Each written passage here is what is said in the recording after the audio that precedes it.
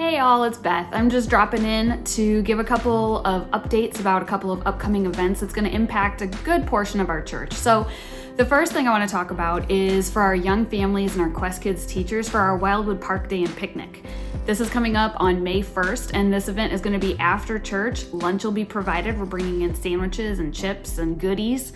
So all you have to do is sign up and show up. This event has been a favorite for a lot of our families because, for one, I don't know if you've been to this park, but the playground is awesome. It's kind of like sort of modern, but also kind of like a playscape. It's sort of a natural play place as well. So it's really fun and there's a lot to do.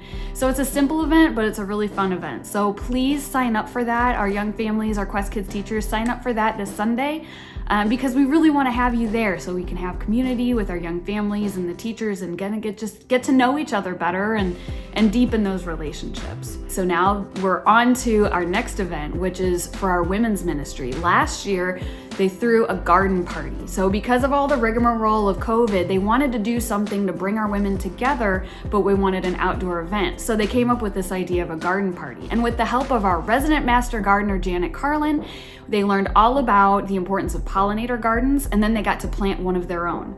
So we figured it was a huge success last year, and we're gonna do it again this year. This year's focus is gonna be all about herbs and edible plants.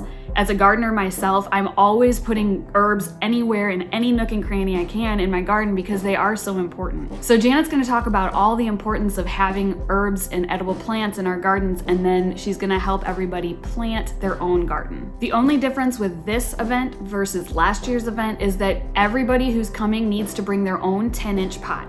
If you came to last year's event and your 10-inch terracotta pot from that is empty, bring it. That would be perfect.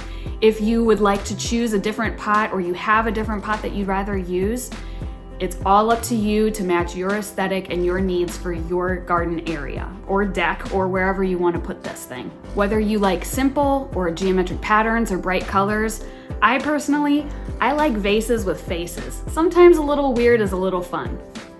But there's lots of nurseries around the St. Louis area that have lots to choose from if you want to get something new or just bring something that you have at home. As long as you can bring your 10-inch pot, everything else like the soil and the plants will be covered under the ticket price of only $10. So now that the fine print is out of the way, let's get real here for a second because last year's event filled up really fast.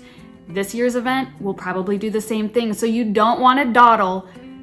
I sound like my mother by using the word dawdle. Anyway, don't drag your feet, don't dawdle, get your tickets early. You can do it at the ministry table on Sunday mornings, or there's an online option for registration that you can find on the event page on our website at questchurchstl.com. Click on events and you can find this in there so you can fill out your information and pay with a credit card if that's easier for you. So go and get yourself signed up for this because it's going to be a really fun women's event.